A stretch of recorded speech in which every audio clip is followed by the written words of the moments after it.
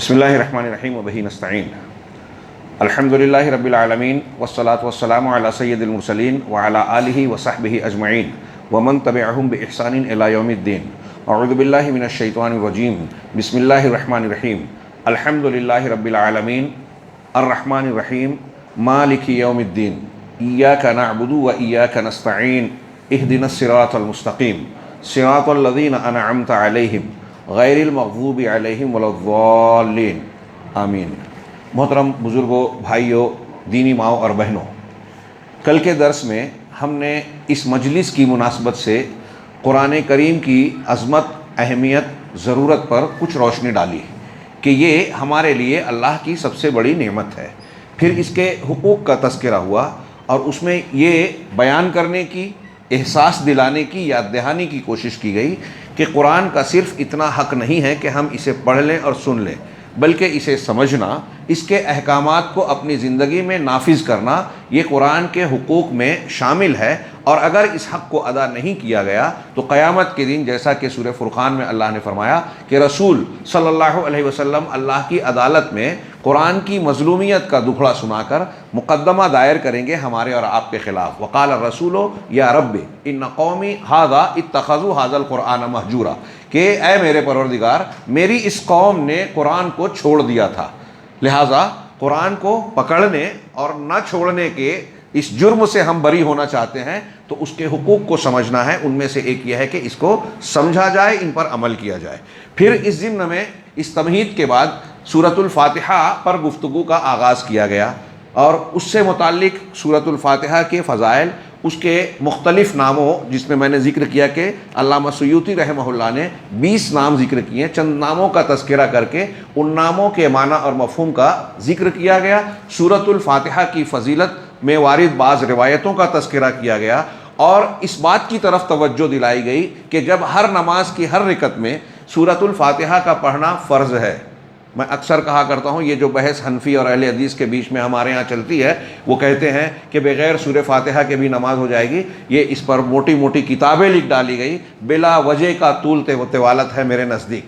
ہاں، بالکل صاف بات ہے، اور خود امام حنیفہ رحمہ اللہ، امام محمد رحمہ اللہ سے یہ بات منقول ہے کہ وہ کہتے ہیں کہ احتیاط یہی ہے کہ امام کے پیچھے بھی سورہ فاتحہ پڑھ لیا جائے۔ اور میں نے جس حدیث کا ذکر کیا تھا کہ اللہ تبارک و تعالیٰ نے صحیح مسلم میں اللہ کے رسول صلی اللہ علیہ وسلم فرماتے ہیں کہ اللہ نے فرمایا، جب قرآن سے ہٹ کے کہا جاتا ہے تو آپ اور ہم جانتے ہیں یہ حدیث قدسی ہوتی ہے، تو اس میں اللہ نے فرمایا قسمت الصلاۃ بینی و بین عبدی نصفین، الصلاۃ کو یعنی سورۃ الفاتحہ کو میں نے، اللہ کہہ رہا ہے، میں نے اپنے اور اپنے بندے کے درمیان آدھی آدھی بانٹ دی ہے۔ جب بندہ کہتا ہے الحمدللہ رب العالمین تو میں کہتا ہوں حمدنی عبدی، میرے بندے نے میری حمد بیان کی۔ جب بندہ الرحمن الرحیم، تو پورا آپ پڑھ جائیے۔ یہاں اس حدیث سے استدلال کر کے حضرت ابو ہریرہ رضی اللہ تعالیٰ عنہ، جن کو لوگ کہتے ہیں غیر فقیہ جبکہ یہاں ان کی فقاہت ظاہر ہے، ہاں، وہ کہتے ہیں کہ دیکھیے اللہ تبارک و تعالیٰ کہہ رہا ہے کہ بندے کے اور اپنے درمیان میں نے نماز کو آدھی آدھی، یعنی سورہ فاتحہ کو آدھی آدھی بانٹا۔ اسی سے پتہ چلا کہ یہ رکن صلاۃ ہے، میں نے کل بیان کیا تھا۔ ہاں، اور ہر بندہ اس دعا کو مانگے گا، جب آپ اور ہم میں سے ہر شخص کہے گا الحمدللہ رب العالمین، اللہ جواب دیتا ہے۔ ہم نے یہ حدیث پڑھی ہے کہ المرء یتناجا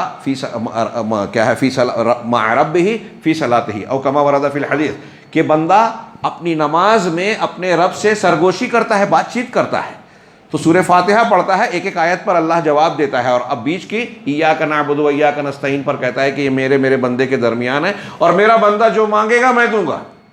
کیا آپ محروم ہونا چاہتے ہیں؟ نبی صلی اللہ علیہ وسلم کا صاف فرمان ہے، لا صلاۃ لمن لم یقرأ بفاتحۃ الکتاب، جس نے فاتحۃ الکتاب نہیں پڑھی اس کی نماز ہی نہیں ہے۔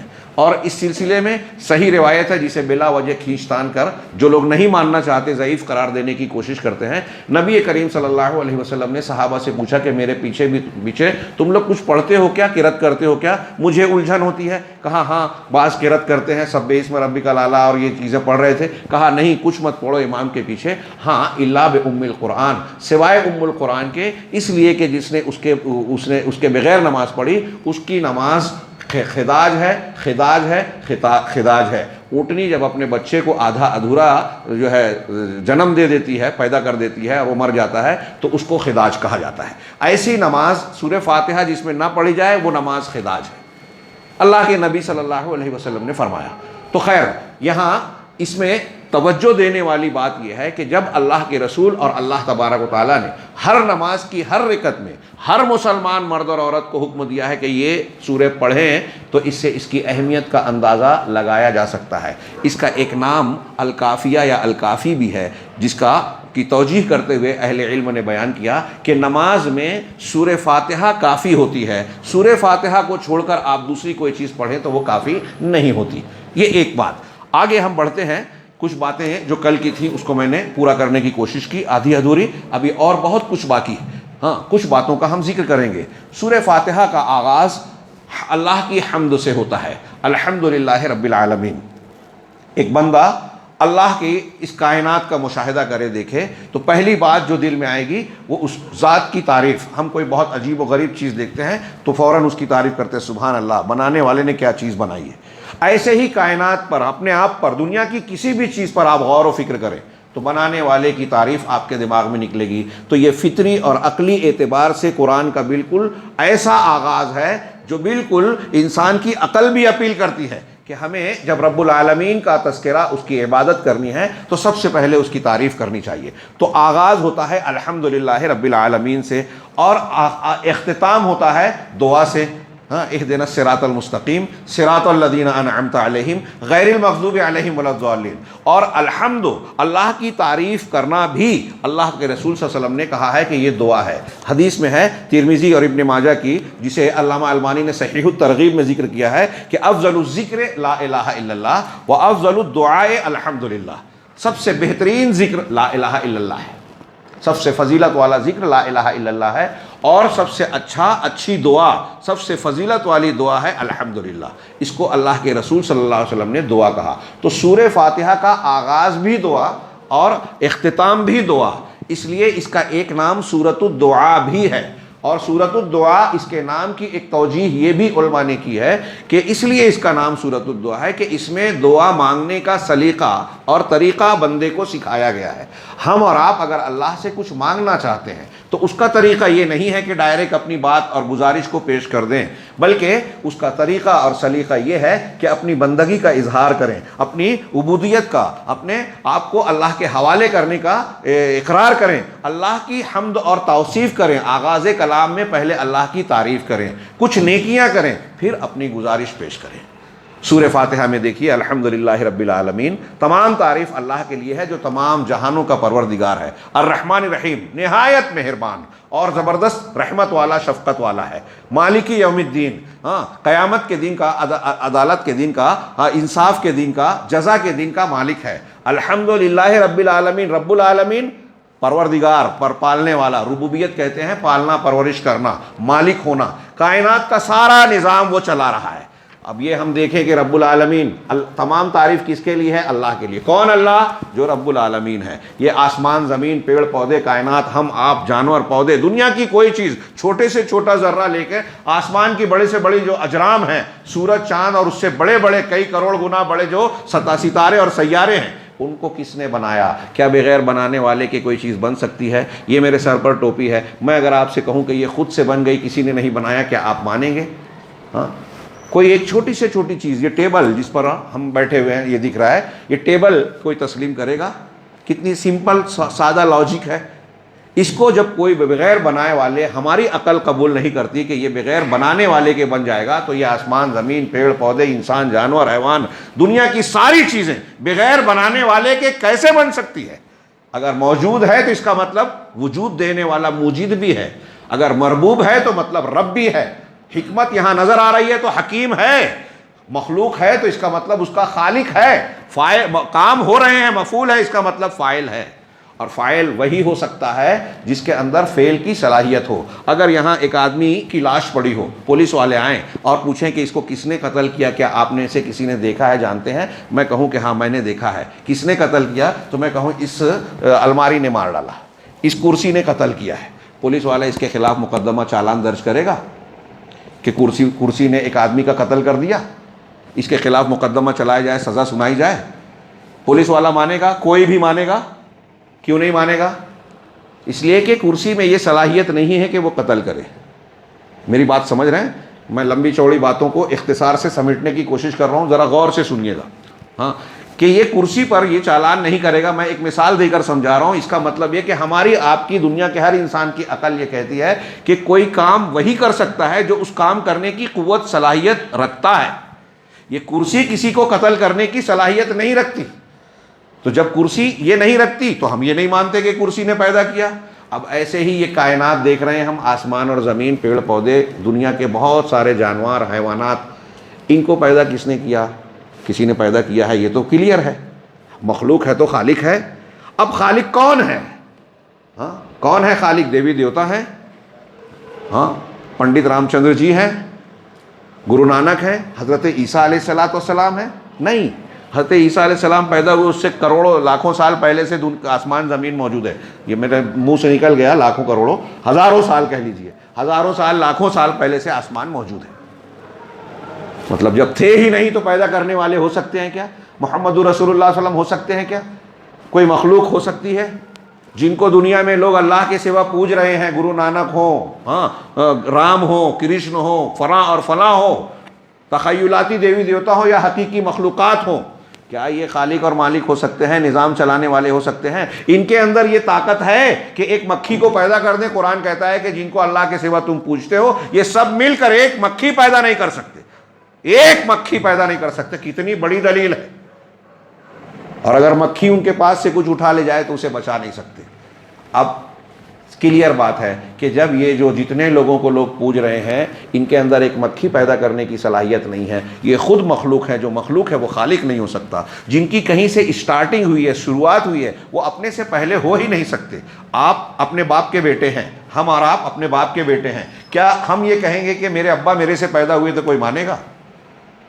جب آپ کے والد اور والدین تھے اس وقت آپ نہیں تھے، تو آپ اپنے والدین کے پیدا ہونے کا ذریعہ سبب ہو ہی نہیں سکتے، تو پہلے والا بعد والے کی پیدائش نہیں ہو سکتا۔ سمپل بات ہے۔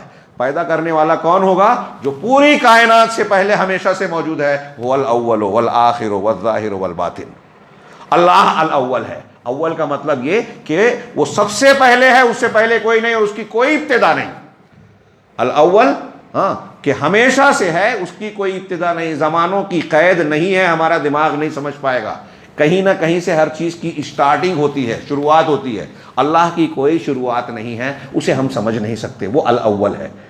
تو کہنے کا حاصل کلام یہ، الحمدللہ رب العالمین، تمام جہانوں کا وجود ہے، ان کا پالنے والا، پالنہار کون ہے؟ یہ جن کو پوجا جاتا ہے ان میں سے کوئی ہو ہی نہیں سکتا جو ایک مکھی پیدا نہیں کر سکتا۔ وہ آسمان زمین کیا پیدا کریں گے؟ وہ دیگر انسانوں کو کیا پیدا کریں گے؟ معلوم ہوا کہ یہ خالق نہیں ہے۔ رب العالمین وہ ہے جو ان سب سے پہلے ہے، ساری قدرتوں اور قوتوں کا مالک ہے۔ اللہ کی ربوبیت کی یہ دلیلیں پوری کائنات میں بکھری ہوئی ہے۔ میں ایک لمبی چوڑی بحث، کتاب موٹی لکھ دیں پھر بھی ادھوری ہے۔ دنیا کی ہر چیز اللہ کے ربوبیت کی چیخ چیخ کر گواہی دے رہی ہے۔ ہر چیز، چھوٹی سے چھوٹی، ایک چونٹی لے لیجئے، ایک چھوٹا سا کیڑا لے لیجئے۔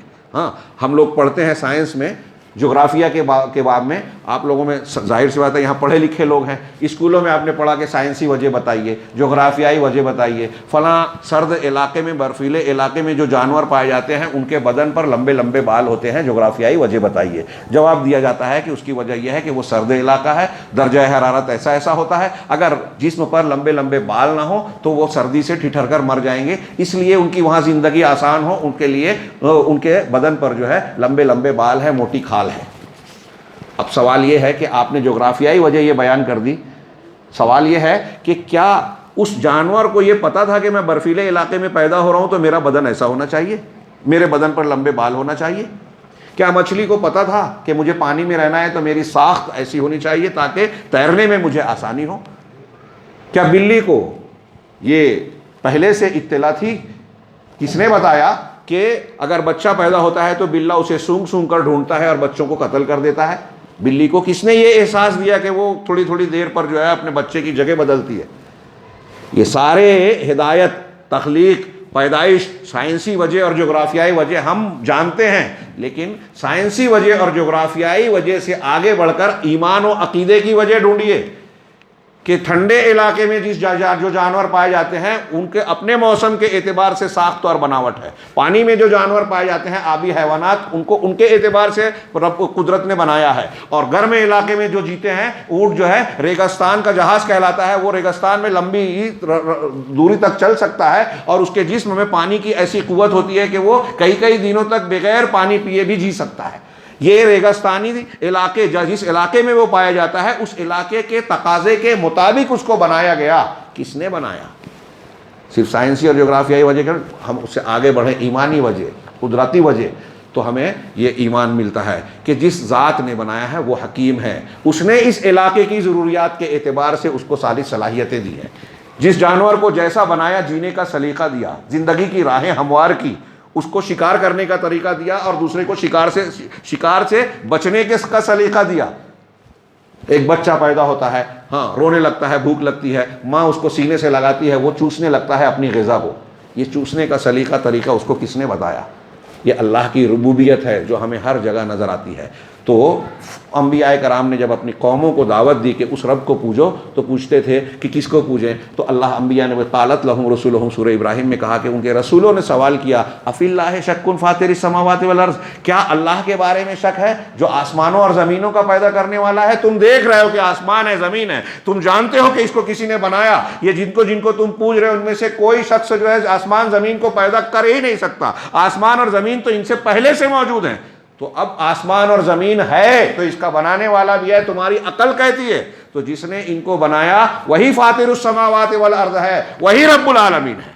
فرعون نے جب موسیٰ علیہ السلام سے پوچھا وما رب العالمین, تو حضرت موسیٰ نے کیا زبردست جوابات دیے کہ تمہارے آسمانوں اور زمینوں کا رب اور ان کے درمیان کی چیزوں کا رب اگر تم یقین رکھتے ہو. اے فرعون تو پوچھ رہا ہے رب العالمین کون ہے؟ بتا یہ آسمان تو نے بنایا, کس نے بنایا؟ آسمان ہے تو اس کا بنانے والا بھی ہے, زمین کو ہے تو اس کو بنانے والا بھی ہے. یہ دنیا, آسمان اور زمین, دنیا کا کوئی بھی انسان وہ کھیت کھلیان جنگل میں رہتا ہو, پہاڑ پہ رہتا ہو, کسی بھی علاقے میں رہتا ہو, سب کے سب آسمان زمین کو دیکھ رہے ہیں. یہ آسمان اور زمین کی حجت ہر ایک پر قائم ہے کہ اس کو وہ ذات بنا رہی, اس ذات نے بنایا ہے جو کائنات کا خالق ہے, مالک ہے, وہی رب العالمین ہے. اب جب ان چیزوں کو دیکھیں گے تو اس کا پتہ چلے گا, تو زبان سے نکلے گا تمام تعریف اس ذات کے لیے ہے جو اس کائنات کا پالنہار ہے, پروردگار ہے. اب صرف وہ پروردگار ہی نہیں ہے, سب کو چلا رہا ہے, جلا رہا ہے, ایسا ہی نہیں ہے, بلکہ اس کی رحمت اور اس کی شفقت گھیرے ہوئے ہے کائنات کی ہر چیز کو, ہم کو, آپ کو, دنیا کی ہر چیز کو. ہر مقام پر اللہ کی رحمت کو آپ غالب پائیں گے. وہ صرف ہم کو کھانا نہیں دے رہا ہے بلکہ کھانے سے بڑھ کر لذت کا سامان دے رہا ہے. اس نے صرف ہمارے جینے کے سامان نہیں دیے بلکہ تفریح کے سامان بھی دیے. یہ اس کی رحمت ہے کہ وہ ہمیں ڈھیل دیتا ہے. وہ اس کی رحمت ہے کہ گناہ کرنے کے بعد ہم کو فوراً نہیں پکڑتا, چھوٹ دیتا ہے. اس کی رحمت کے بے پایاں اثرات اور عناصر ہیں جو ہمارے گرد میں بکھرے ہوئے ہیں. وہ الرحمن الرحیم ہے. دو نام لایا گیا اور دونوں میں ایک دوسرے سے زیادہ رقت اور گہرائی پائی جاتی ہے. ایک لازم ہے, ایک متعدی ہے. الگ لوگوں نے, علماء نے اس کے اندر فرق کیا کہ الرحمن وہ جس کی رحمت تمام جہانوں کو گھیرے ہوئے ہے, رحیم وہ جو خاص بندوں کو جس کی رحمت گھیرے ہوئے ہے. کس نے کہا کہ رحمان ملعان کے وزن پر ہے, اس میں شدت پائی جاتی ہے. جیسے عطشان, بہت زیادہ پیاسا, ہاں, غضبان, بہت زیادہ غصے میں. تو رحمان وہ ذات جو سراپا رحمت ہے, رحمت ہی رحمت ہے, رحمت سے بھرا ہوا ہے, جس کی رحمت کا ہم اندازہ نہیں کر سکتے. اور رحیم جس کی رحمت دوسروں کو, بندوں کو فائدہ پہنچاتی ہے. وَقَانَ بِالْمُؤْمِنِينَ رَحِيمًا. تو اللہ تبارک و تعالیٰ ربوبیت کے ذریعے پال رہا ہے, رحمت کے ذریعے سے لوگوں کو انعامات اور شفقت و رحمت سے نواز رہا ہے. اور یہ دیکھ کر کوئی یہ نہ سمجھے کہ یہ اندھا کاروبار چل رہا ہے. دنیا میں ہم کو اس نے پیدا کیا, جلایا, کھانے پینے زندگی کے سامان دیے, تو ہم ایسے ہی کھا پی کے گزر جائیں گے اور کچھ نہیں ہوگا. ہاں, جینا یہاں, مرنا یہاں, بس یہیں جئیں گے, یہیں مر جائیں گے, کوئی حساب نہیں. ہم جو بھی کر رہے ہیں اس کی ربوبیت اور رحمت ہم کو پال پوس تو رہی ہے لیکن امتحان لے رہی ہے. لہٰذا مرنے کے بعد دوبارہ جلائے گا مالک یوم الدین. اس دن وہ قیامت کے دن کا مالک ہوگا. قیامت کے دن والارض جمیعا قبضتہ یوم القیامہ, پوری زمین اللہ کی مٹھی میں ہوگی قیامت کے دن. والسماوات مطویات بیمینہ, اور پورے آسمان اللہ کے داہنے ہاتھ میں ہوں گے. اور اللہ کہے گا انا الملک, میں ہوں بادشاہ. این ملوک الارض, زمین کے بادشاہ کہاں ہیں؟ این الجبابرہ, این کیا ہے, زمین کے ظلم اور جبر و تکبر کرنے والے لوگ کہاں ہیں؟ آج کسی کی نہیں چلے گی. دنیا میں کچھ لوگوں کو وقتی اور محدود قسم کا اختیار دیا تو یہ بادشاہ اور حاکم اور فلاں بن گئے. قیامت کے دن یہ سارے کے سارے اللہ کے سامنے انتہائی بے بس بندوں کی طرح کھڑے رہیں گے، اپنے کیے دھرے کے نتائج بھگتنے کا انتظار کریں گے. یہ مالک یوم الدین، یوم الدین کا تو یہ تین چیزیں اللہ کی بتائی، جس میں پوری دین کے مقاصد، اللہ کا تعارف، اللہ کی توحید آ گئی. ہاں یہاں ہمارے سامنے جو تفسیر ہے اس میں کہا کہ سورۃ الفاتحہ کے ابتدا میں اعتقاد ہے اور پھر عبادت ہے، پھر منہج ہے. ابتدا میں اللہ تبارک و تعالیٰ پر ایمان، الحمدللہ رب العالمین، اس میں تینوں توحید شامل ہے. الحمدللہ، الحمد تعریف کس کی ہوتی ہے؟ جس کے اندر خوبیاں ہیں، اچھائیاں ہیں. ہاں اللہ تبارک و تعالیٰ کے لیے تمام تعریفیں ہیں، مطلب تمام خوبیاں ہیں، اور تمام خوبیاں بدرجہ اتم ہیں. کسی خوبی میں بال برابر بھی کمی نہیں ہے. جیسے ہم بچوں کو سمجھاتے ہیں کہ اللہ علم والا ہے، تو علم بہت ساری چیزوں کا ہے، ماضی، حال، مستقبل، مختلف زبانیں، مختلف چیزیں اور بہت ساری چیزیں. ہاں کائنات کی کتنی چیزیں ہیں. ہم میں سے کوئی شخص عالم کہلاتا ہے تو وہ بہت سمندر کا قطرہ اس سے بھی بہت کم چیز جانتا ہے، اس کو عالم کا سرٹیفکیٹ دے دیتے ہیں. دوسروں کے مقابلے میں کچھ چیزیں پڑھ کے وہ عالم ہو گیا، یہ دنیا کا عالم ہے. لیکن ہم جس چیز کو سیکھ کر عالم بنے ہیں، قرآن حدیث کا تھوڑا موڑا علم حاصل کیا تو ہم کو لوگ عالم کہہ رہے ہیں. لیکن قرآن حدیث کی جو باتیں ہم نہیں جانتے وہ ہماری جانی ہوئی سے بہت زیادہ ہے. یہ قطرہ ہے، وہ سمندر ہے، پھر بھی عالم. ہاں اللہ تعالیٰ کا معاملہ ایسا نہیں ہے. جب اس کو ہم نے علیم اور عالم کہا تو اس کا مطلب اللہ تبارک و تعالیٰ ماضی، حال، مستقبل، ہمارے جسم کے اندر کی چیزوں کو، ہمارے بالوں کی تعداد کو، ایک ایک درخت کو، ایک ایک پتے کو، ایک ایک پتے کے اندر موجود ایک ایک مادے کو، ہمارے خون میں جو ذرات ہیں، پروٹینز ہیں، جو چیزیں ہیں جو ہم جانتے ہیں، جو نہیں جانتے، ساری چیزوں کو جان رکھا ہے، ساری چیزوں کو گن رکھا ہے. ایک لمحے کے لیے کائنات کی کوئی ایک ذرے والی چیز، وہ زمین کے اندر ہو، چٹان کے اندر ہو، سمندر میں ہو، مچھلی اور مچھلی کے پیٹ میں کیوں نہ ہو، وہ کوئی بھی چیز اللہ سے ایک لمحے کے لیے بھی غائب نہیں ہوتی. ہر چیز کا علم وہ رکھتا ہے. اس طریقے سے آپ دیکھیے کہ ہر خوبی میں اللہ کامل ہے، ہر خوبی اللہ تعالیٰ کی بدرجہ اتم ہے. اسی لیے تمام تعریف کا مستحق وہی ہے. تمام تعریف اللہ کے لیے. جب تمام تعریف اس کی، اس کا مطلب ساری خوبیاں اس کے اندر ہے، اسماء اور صفات اس میں آ گئے. ہاں للہ، اللہ کا اسم خاص ہے، الہ سے بنا ہے، اس میں توحید الوہیت آ گئی. رب العالمین، اس میں توحید ربوبیت آ گئی. تو اہل علم نے کہا کہ جو پہلا ہی جملہ ہے قرآن کا، الحمدللہ رب العالمین، اس میں تینوں توحید آ جاتی ہے. پھر الرحمن الرحیم سے مزید توحید اسماء و صفات کی توثیق ہوتی ہے. مالک یوم الدین سے قیامت کے دن پر ایمان کا بھی ذکر آ جاتا ہے کہ یوم الدین قائم ہوگا اور اس کا مالک اللہ ہے، اور اللہ تبارک و تعالیٰ اس کا مالک ہے. فیصلے کرے گا تو انصاف سے کرے گا. یہ اللہ تبارک و تعالیٰ کا عدل ہوگا، عدالت ہوگی. بات طویل ہو جا رہی ہے، میں سمیٹ رہا ہوں. میرے سامنے جو باتیں ہیں، حقیقت تو یہ ہے کہ سورہ فاتحہ کے یہ مضامین پر آپ جتنی بحث کرتے جائیں، اترتے جائیں، گہرائی میں اترتے جائیں گے، ہر غوطہ لگانے والے کے لیے اللہ کے اس سمندر میں نیا موتی ملے گا. ہاں معانی کے نئے نئے موتی ملیں گے. اس کی کوئی انتہا نہیں ہے. ہر انتہا پہ پہنچنے کے بعد آپ اور آگے سفر کرنا چاہیں گے تو نئے سفر کی شروعات ہو سکتی ہے. قرآن ایسا جامع کلام ہے، اور سورہ فاتحہ تو پورے قرآن کا خلاصہ ہے، نچوڑ ہے. چنانچہ ہم آگے بڑھتے ہیں. انہوں نے جو ہمارے سامنے کتاب ہے کہا کہ سورہ فاتحہ کے ابتدا میں عقیدہ ہے، عقیدہ ہے، پھر اس کے بعد عبادت ہے. الحمدللہ رب العالمین، الرحمن الرحیم، مالک یوم الدین. اس میں اللہ کی ذات و صفات سمٹ گئی. اللہ کے تعلق سے جو ہمارا عقیدہ ہونا چاہیے وہ سارے معانی اور مطالب ان تین آیتوں میں آ جاتے ہیں. علامہ ابن قیم نے اس کی وضاحت کرتے ہوئے یہ بتایا کہ اللہ تبارک و تعالیٰ کے اسماء اور صفات کی جو مختلف قسمیں ہیں یہ تین آیتوں میں ساری کے ساری سمٹ جاتی ہیں. اگر بندہ اس کو صحیح ڈھنگ سے سمجھ لے اور مان لے تو اللہ کا تعارف اسے حاصل ہو جائے گا، اس کی عظمت و کبریائی جان جائے گا، اور اللہ کو جو پہچان جائے گا وہ کسی اور کے سامنے اپنا ماتھا نہیں ٹیکے گا، کسی اور کو رکوع سجدہ نہیں کرے گا، کسی اور کے نام کی نظر و نیاز نہیں کرے گا، کسی اور سے فریاد نہیں کرے گا، کسی اور سے دعا نہیں مانگے گا. صرف یہ جانے گا کہ اس کائنات کے سارے کام اللہ ہی انجام دیتا ہے. رب العالمین جب وہ ہے تو اس کی اجازت اور اس کے حکم کے بغیر ایک پتا نہیں گرتا، ایک بال نہیں ٹوٹ سکتا.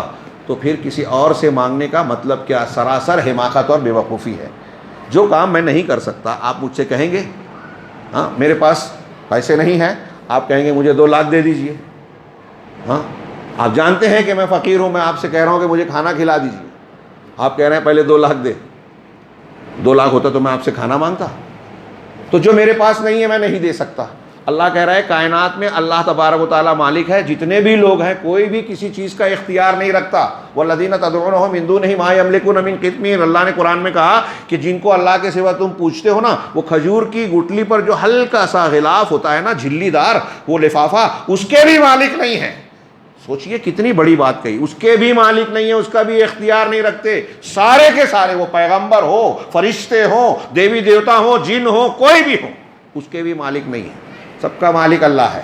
تو جب اس کو بندہ سمجھ لے، اس کے رگ و جان میں آ جائے، تو کسی اور کے سامنے ہاتھ پھیلائے گا کیا، کسی اور سے امید اور توکل کے رشتے جوڑے گا کیا، سوال ہی پیدا نہیں ہوتا. اللہ تعالیٰ کی معرفت حاصل کریں. یہ سورۃ الفاتحہ جو ہر نماز میں ہم پڑھتے ہیں وہ ہمیں سکھاتی ہے، لیکن ہم اس کے معنی اور مطالب پر غور نہیں کرتے. تو پہلے میں اعتقاد ہے. چنانچہ عقیدے کا معاملہ شروع ہوتا ہے الحمدللہ رب العالمین. اس میں ہمارے سامنے جو مفسر ہے وہ کہتے ہیں کہ توحید الوہیت اور پھر توحید ربوبیت کی طرف اشارہ ہے. میں نے کہا کہ تینوں توحید اس میں ذکر مذکور ہے. الرحمن الرحیم، اس میں اللہ کے اسماء و صفات کی توحید کا ذکر ہے. ساتھ ہی ساتھ اس بات کا بھی ذکر ہے کہ جو ہمارا پروردگار ہے نا، ہم اس کی معرفت حاصل کریں تو اس کا معاملہ ہم سے رحمت اور شفقت کا ہے، غالب ہے، وہ جبر نہیں کرتا. مولانا ابوالکلام آزاد نے بہت تفصیل سے ایک بحث لکھی ہے، بڑی پیاری بحث، کہ دنیا میں آپ دوسرے مذاہب میں دیکھیں تو عام طور سے ان کے یہاں یہ بتایا جاتا ہے کہ ان کا جو معبود ہے وہ بہت غضبناک ہے، جوش میں آ جائے، غصے میں آ جائے تو کچھ بھی الٹ پلٹ دے، کیسے بھی عذاب دے دے گا. ہاں، اس غلط تصور کو اسلام نے درست کیا اور رب العالمین کے بارے میں بتایا کہ یہاں اللہ تبارک و تعالیٰ نے ایک حدیث میں کہا، حدیث قدسی میں، وَرَحْمَتِي سَبَقَتْ عَلَىٰ غَضَبِي، میری رحمت میرے غضب پر غالب ہے. اللہ کی رحمت وہ الرحمن الرحیم ہے، اس کا معاملہ رحمت کا. دیکھیے کتنی حیرت، اللہ کی رحمت اور مغفرت کتنی کشادہ ہے. 100 قتل کرنے والے کو معاف کر دیا. فرعون کے بارے میں، فرعون جو کہتا تھا انا ربکم الاعلی، میں تمہارا سب سے اعلیٰ رب ہوں. حضرت موسیٰ کو جب بھیجا تو کہا کہ جاؤ اس کے پاس، اگر اس کے سامنے ہدایت کی بات پیش کرو، ہو سکتا ہے کہ وہ ہدایت اللہ جانتا تھا کہ نہیں کرے گا، لیکن پھر بھی حجت پوری کی ہے کہ اگر وہ ہدایت قبول کر لے تو معاف کیا جائے گا. جنہوں نے کفر کیا، شرک کیا، اللہ اور رسول کی دشمنی اختیار کی، ان کے لیے بھی توبہ کے دروازے کھلے رکھے. ایک کتنی عظیم الشان اس کی رحمت کے کیسے کیسے پہلو ہیں. ہم اگر گفتگو کرتے جائیں تو اس کا تذکرہ ختم نہیں ہو سکتا. تو اللہ تبارک و تعالیٰ الرحمن الرحیم ہے. یہ دوسرا. تیسرا مالک یوم الدین، یہ یوم آخرت پر ایمان کی طرف اشارہ ہے. پھر اس کے بعد اللہ کے اس تعارف کے بعد ایاک نعبد و ایاک نستعین آیا. ہاں، اے اللہ ہم تیری ہی عبادت کرتے ہیں. ایاک نعبد و تقدیم و تاخیر ہے، عربی والے جانتے ہیں، اس تفصیل کا موقع نہیں ہے. اس میں حصر کا معنی آیا، کسی اور کی نہیں، صرف تیری ہی. اس میں لا الہ الا اللہ کا معنی آیا. وَإِيَّاكَ نَسْتَعِينُ، اور صرف تجھ سے ہی مدد مانگتے ہیں، کسی اور سے نہیں. استعانت تجھ سے کرتے ہیں. عبادت مقصد ہے، استعانت ذریعہ ہے. اس لیے پہلے عبادت کا ذکر کیا. اور عبادت جب اللہ کی آپ کر رہے ہیں تو اللہ کی عبادت کرنے کے بعد آپ کے اندر یہ حق پیدا ہوتا ہے کہ آپ اللہ سے مانگیں. اسی لیے یہ ترتیب تھی. تو وَإِيَّاكَ نَسْتَعِينُ میں لا حول ولا قوت الا باللہ کا معنی آیا کہ تیرے سوا کوئی طاقت اور قوت نہیں ہے، کوئی تبدیلی کرنے والا نہیں ہے، سدھار کرنے والا نہیں ہے، تو تجھ سے ہی مدد مانگتے ہیں. میں نے کل ذکر کیا تھا، علماء کہتے ہیں، علامہ ابن تیمیہ اور ان کے علاوہ اور بھی علماء، کہ سورہ فاتحہ قرآن کا خلاصہ ہے اور ایاک نعبد و ایاک نستعین یہ سورہ فاتحہ کا خلاصہ ہے. اگر ایک آدمی اس کو معنی سمجھ لے، اپنے ذہن و دماغ میں اتار لے، تو جس مقصد کے تحت اللہ نے ہم کو اور آپ کو پیدا کیا ہے وہ اس پر پورا اترے گا. صرف تجھ سے تیری عبادت، کسی اور کی عبادت نہیں، صرف تجھ سے استعانت.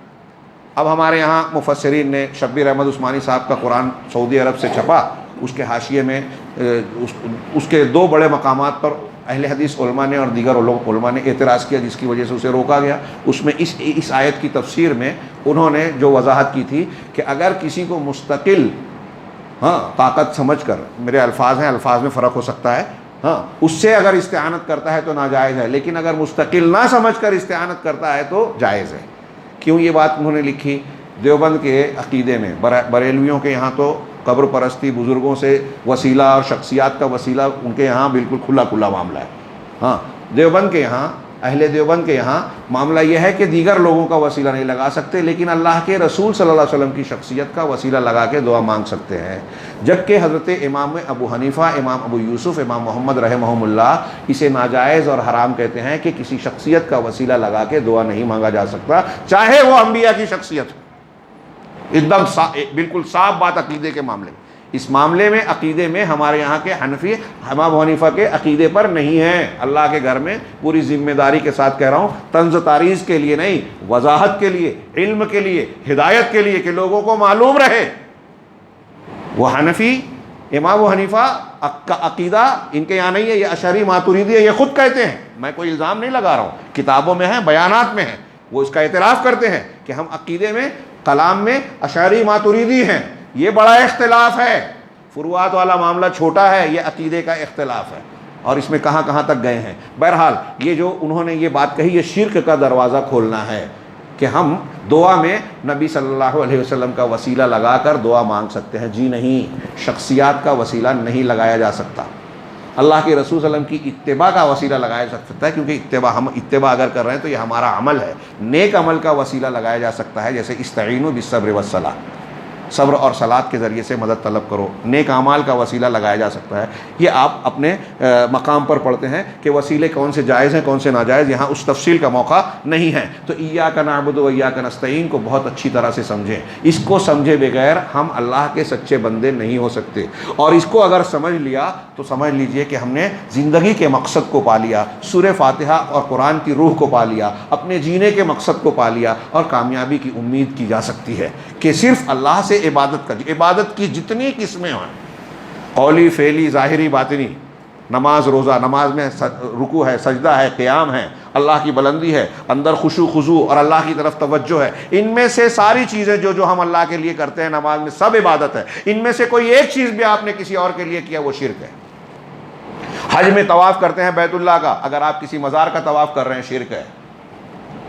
بوسہ دیتے ہیں حجر اسود کو عقیدت سے کہ اللہ اور رسول نے حکم دیا، اگر ہم ایسا بوسہ کسی شخصیت کو دے رہے ہیں، کسی مزار کو دے رہے ہیں، کسی اور چیز کو مقدس مان کر اس کو دے رہے ہیں، تو یہ شرک ہو سکتا ہے۔ ذات انوات والی حدیث یاد کیجئے، کاش یہ مضامین بہت اہم بھی ہیں، بہت تفصیلی بھی ہیں، اور میں اشارے کر رہا ہوں۔ ہاں، یہ تبرک کے طور پر کسی چیز کو، ہمارے نزدیک متبرک وہی ہے جو اللہ اور رسول نے بتایا۔ ایک روایت پیش کر کے آگے بڑھو، بخاری میں حضرت عمر بن خطاب کا واقعہ ہے کہ وہ جب حجر اسود کو چومنے گئے تو انہوں نے کہا، یا حجر انی عالم انک حجر، یاد رکھیں، میں جانتا ہوں کہ آپ سن چکے ہوں گے، میں جانتا ہوں، حضرت عمر نے کہا کہ میں جانتا ہوں کہ تو ایک پتھر ہے، لا تضر ولا تنفع، نہ تو نقصان پہنچا سکتا ہے اور نہ نفع، ولولا انی رأیت رسول اللہ صلی اللہ علیہ وسلم یقبلک ما قبلتک، اگر میں نے رسول اللہ صلی اللہ علیہ وسلم کو تجھے بوسہ دیتے ہوئے نہ دیکھا ہوتا تو کبھی تجھے بوسہ دیتا ہی نہیں۔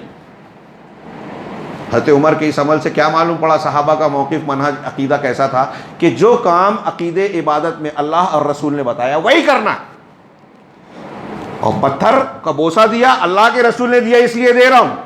اب ہم اجمیر شریف کے پتھر یا قبر کو بوسہ کیوں دیں، وہاں کے دروازے کو جنت کا دروازہ کیوں کہیں، فلاں اور فلاں مقام کی چیز کو، پتھر کو، تصویر کو، نالین شریفین کی تصویر لوگوں نے گھروں میں، دکانوں میں لگا رکھی ہے، اس کو کیوں متبرک مانے؟